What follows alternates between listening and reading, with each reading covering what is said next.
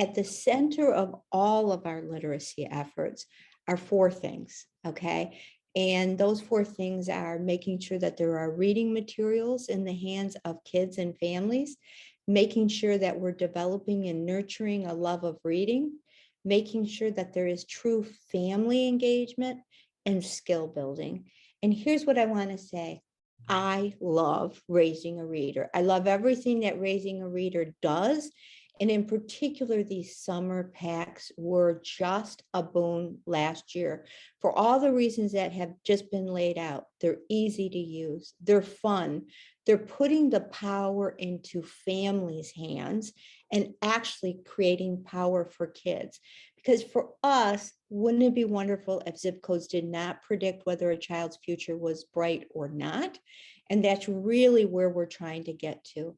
We use these kits in every kit that was mentioned, and we're going to use them en masse again this year. Rebecca's waiting for an email from me so that we can up our order and then some. It's worth every single penny, you guys, but I will tell you that we use them in a variety of ways. We use them in what I would call just like handing them out. Families can use them in their homes. It's self-directed.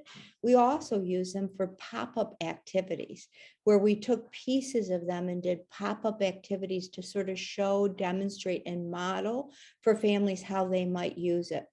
We did what we call installations where we had Raising a Reader days, and that we really could then hand these kits out, but then just also engage families and how they're raising a reader. So it's like an engagement activity.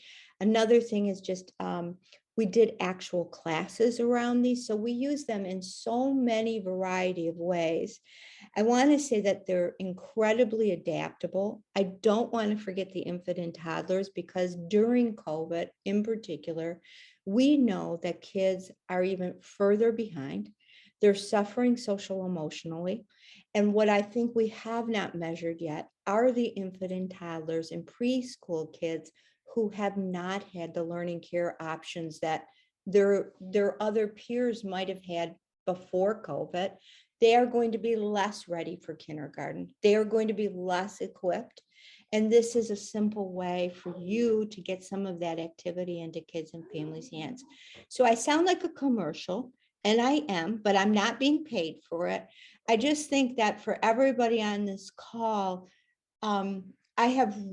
we use a lot of programs locally and nationally, and none are better than Raising a Reader's efforts, and also the adaptability they showed at this time when we as providers really need tools, because I call this a head, heart, and shoulders period.